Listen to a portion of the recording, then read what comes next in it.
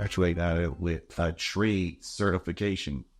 Now they can come out and actually be useful. That instead of now going racking up thousands of dollars in financial aid that they now have to pay back again because they had to go get this in order to meet the certain. They do have that. Yeah, they got a couple. They got those in the custom. Yeah. One is next to the bus transportation. I can't or something like that. Yeah, and it's another one. Oh, it is. Augusta Tech on the other side. So they do have something like that because I have West Side students go to the one on by Augusta Tech. And what year can they're starting? It's a magnet program. You can't just get into it. So that's what I'm saying. No, so only certain kids are offered that opportunity. It's getting into public schools. Slow. Greenbrier got it. Later, Thompson High School got it. Well, we could argue that, Columbia County programs are way different. Yeah. So, like, when you talk about education, like, I can't, like, listen to anybody talk about education. We're not going to talk about the educators. The educators, the whole system is just broken when it comes to education. Educators are underpaid, overworked, unappreciated. We can just go on, like, when it comes to educators. Like, how do we expect to have any of these programs to be successful when you don't talk about the educators and you're overworking them? Then on top of that, Richmond County specifically got a hole in the ball. A lot of the educators are leaving. They're going to DeKalb County. They're going to Waynesboro, Burke County. They're going to Aiken. They're going everywhere besides here. I'm also a store manager on Fort Gordon at the PX and for the wireless kiosks. And the family came in. It was coming from Arizona. It was talking about the schools that they was looking at. And he don't know this area, but he just speaking of how the schools are here. He referenced Richmond. Richmond. He was like, well, it looked like a prison to me. Ironically enough, like, we know when that school used to be. Yeah. But the crazy thing to me was like he ended up going to Road Town where they squeezing people in.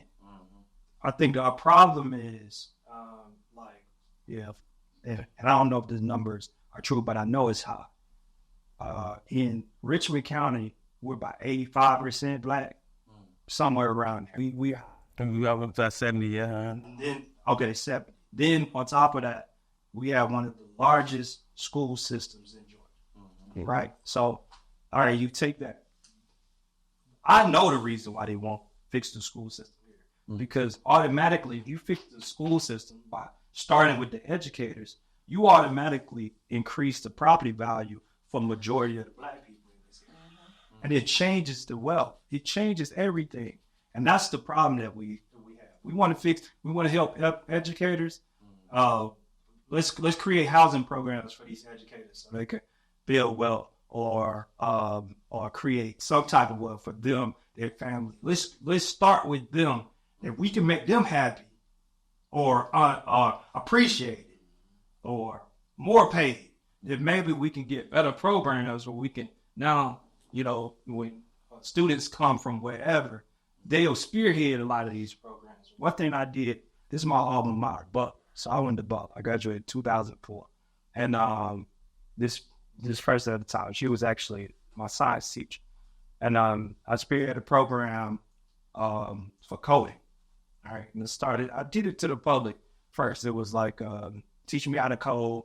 And I did another one for girls. But anyway, I wanted to bring the program. I wrote the curriculum a while ago. I wanted to bring a program to Butler. And when I presented it to the principal, she was like, well, we're not required to teach this.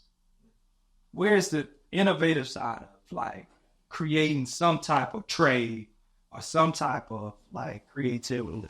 You got more behavior issues because a lot of these kids are bored. Yeah, we could argue, as a parent or as a teacher. We could argue a lot of these things. But we also know a lot of these students have access to information that we didn't have when we was young. So they're waking up a lot more intelligent. They're getting a lot more bored, and they're getting access to things that we didn't experience whether that's depression from social media, whatever the situation is.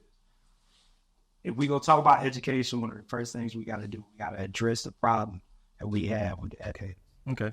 So we made two big comments in here. One, I think we all agree that schools need to be transformed to produce some type of technical education where you get that technical education where at the high school level. Are we agreeing on that as a group?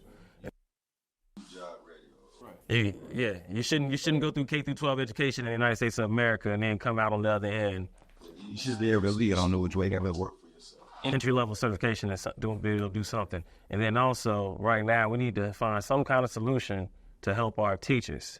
Not just the teachers, but the teachers, administration, the entire system is kind of backwards right now for the simple fact that you're not taking care of the people who are delivering the service, which is to educate the kids, which are the future of America. So the problem is, this is another thing. I pay attention, right?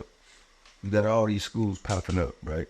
You got different flavors of school. You got homeschool, you got magnet school, you got private school, you got public school.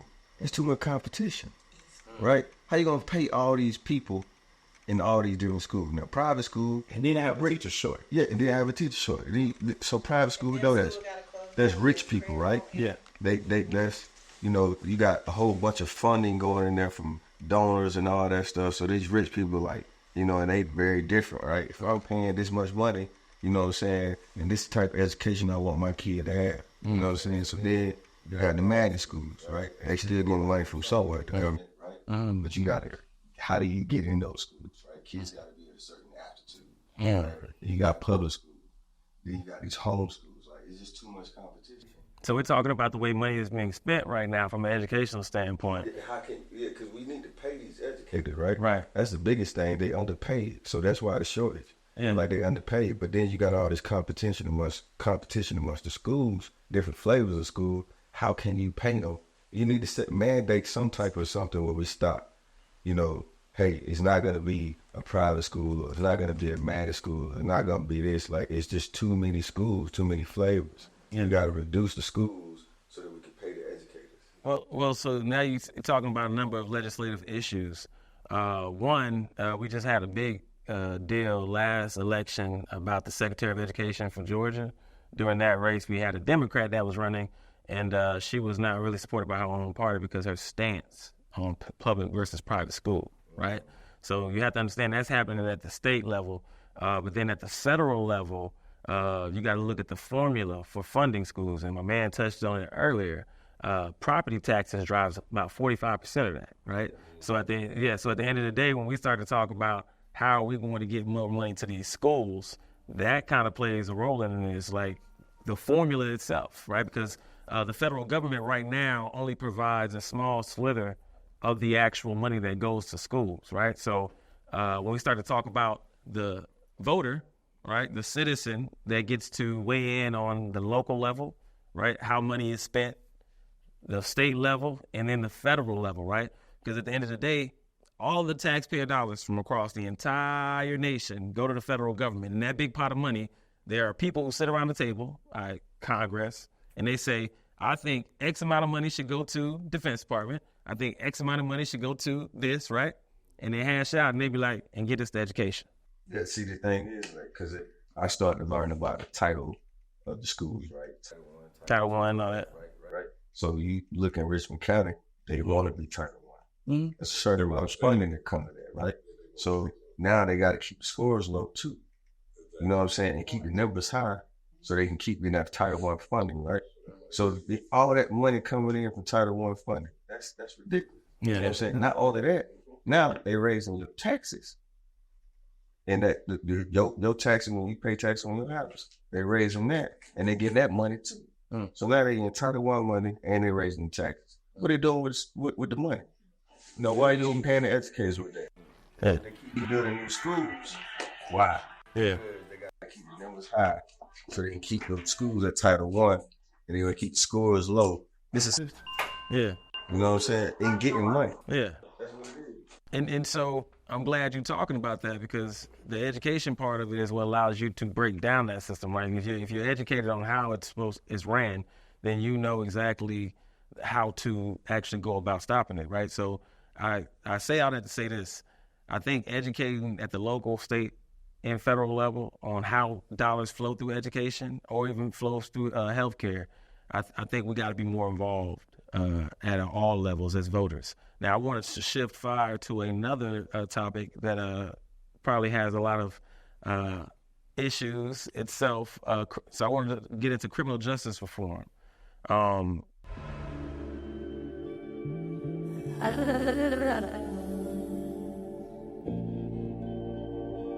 Wow, shit, man.